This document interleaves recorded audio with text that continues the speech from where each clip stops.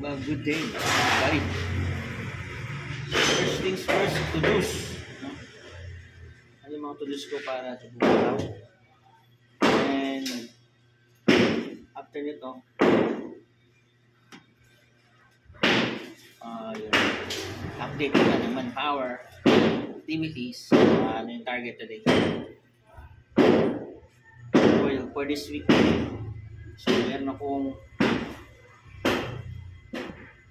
7 days bago mabuo yung buong palapag P-floor. Isang buong palapag yun para sa concrete pouring. So ginagawa ko ngayon yung steel framing, no? I-beam steel framing, then after nun yung steel deck, after nun rebar placing, sa plumbing, yan. And then yun. Tapos 3 days before the buhos, prepare din ako ng technical writing para sa letter of request sa homeowners president kay Mr. Wang, sa Municipal Hall ng Parañaque. So may babayaran kami doon. Umabot ng mga 2.8, ganun. Babayaran namin for 28 cubic ng concrete.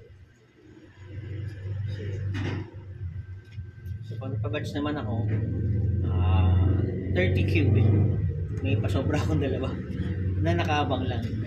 Mag-on-call lang ba? Pero 28 goods na ako doon. So yun, first things first, thank you to God, you know, for the life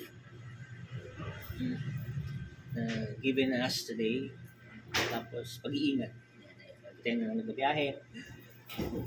And wisdom sa daily task. Ibigay natin yung best. So yun na. Always put God first for everything na. Trabaho.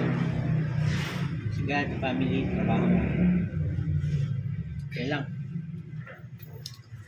So shout out sa mga kaibigan ko dyan, sa mga friends, sa mga nakakilala sa akin. Have a great day. Good Friday. Ano mga bonsai? Cheese!